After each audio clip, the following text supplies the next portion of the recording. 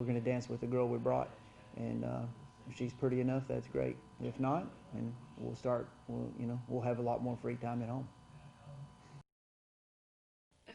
I was definitely not expecting Coach to say that. The Tioga Indians had their slice of cake as they posted a shutout over the Rain Wolves 42-0. Now, looking into this week, they have a little deja vu, a little familiarity there as they host a team that they saw last year in the postseason, just different seedings.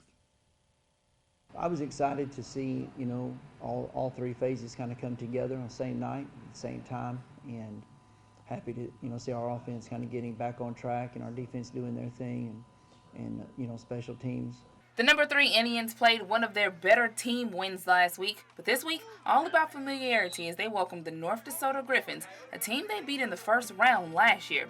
Cook says that teams tend to play them differently than what they see on film, but as far as his guys go, they're not changing anything. We prepare all week for, a particular defensive set or scheme or whatever, and then I don't think anybody except for Brother Martin has come out and done exactly what they did on film to us. And so from that standpoint, yeah, I expect to see some wrinkles.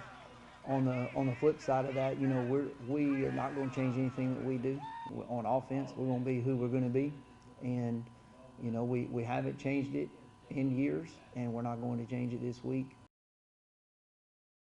Skipping a few seeds down, the number 5 Leesville Wampus Cats had an electric finish over Northwood Shreveport last week, 28-26. Coach Causey says that at the half, when they were down, he had to remind his guys who they were by simply pointing at the scoreboard. Halftime, I just told them, I pointed to the scoreboard and said the only thing that matters on the scoreboard is what's at the bottom. Nothing at the top matters, and what's at the bottom is Leesville Wampus Cats. I said, if you play and honor the name that's on the bottom of that scoreboard, I can handle whatever numbers are at the top, I can live with, as long as you play at a level that represents Leesville High School and Wampus Cat football. And our kids did. They fought to the bitter end. So it was an emotional win. And the guys will continue to push that belief to another matchup this week as they host the Minden Crimson Tide, a team that looks bigger and faster on film and even posted a few shutouts early in the season.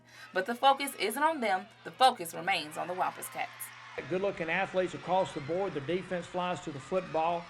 They run a lot of misdirection, play-action passes and screens on offense. They're going to stress us scheme-wise, coaching-wise, game plan-wise. But what we try to do is focus on our kids and making sure that we're doing the fundamentals right. Line up right, read your keys, make sure we're tackling, make sure we're putting the helmet on the right side when we're blocking, make sure we're breaking the right off at the right point, making sure we're picking up.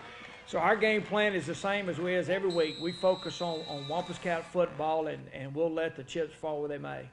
Unfortunately, I did not have enough time to have that whole interview from Coach, but after listening to him, he kind of had me pumped up myself. My guys out there in Leesville, if they gave you a show last week, be prepared for the one this week. That'll do it for tonight's Sportscast. Stick with us after the break.